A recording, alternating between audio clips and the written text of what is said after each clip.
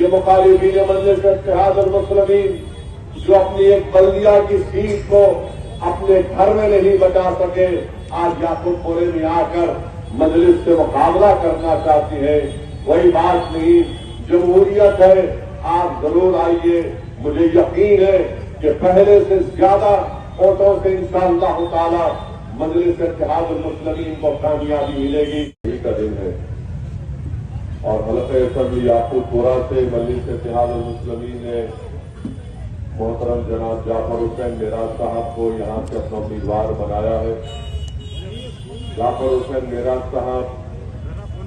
رکن بلدیہ بھی تھے اور 2 مرتبہ ان کو حلقہ اسمبلی نامپلی کے عوام نے بہن سٹی ایم ایل اے ان کو منتخب کیا، تو مجلس اتحاد المسلمین نے جعفر حسین معراج صاحب کو حلقہ اسمبلی یعقوب پورے سے اپنا امیدوار بنا کر آپ کے سامنے پیش کیا ہے۔ میری آپ سے گزارش ہے کہ آپ تمام لوگ متحدہ اپنے ووٹ کا استعمال کریے، وطن کے نشان پر حلقہ اسمبلی یعقوب پورہ سے مجلس کے امیدوار کو کامیاب کریے تاکہ مجلس اتحاد المسلمین حلقہ اسمبلی یعقوب پورہ میں جو ترقیاتی کاموں کا جال بچھایا ہے اس کو مزید اور اضافہ کر سکے، اور جو بہت سے علاقوں میں ابھی کام ہونا باقی ہے ہم اس کو مکمل کروا سکیں۔ میرے عزیز دوستوں اور بزرگوں، میں آپ کو یہ بات بتانا بے حد ضروری سمجھتا ہوں کہ حلقہ اسمبلی یعقوب پورہ میں مجلس اتحاد المسلمین کی نمائندگی پر جو کام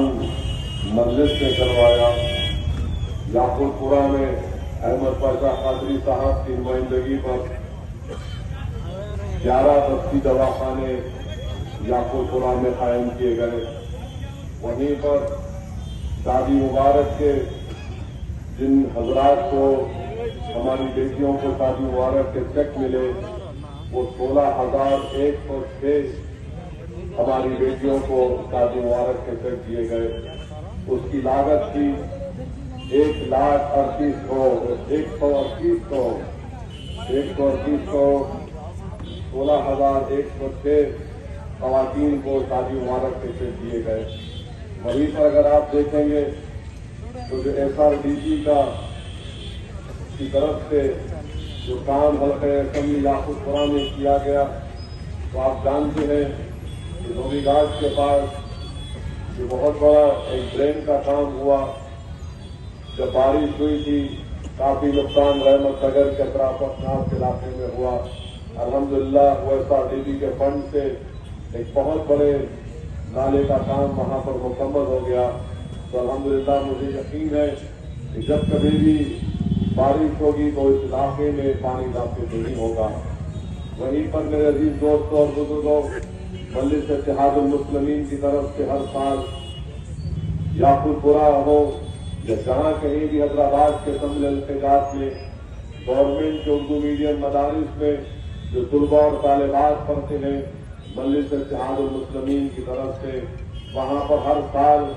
ان اسکول میں پڑھنے والے طلباء اور طالبات کا ایجوکیشن کٹ دیا جاتا ہے۔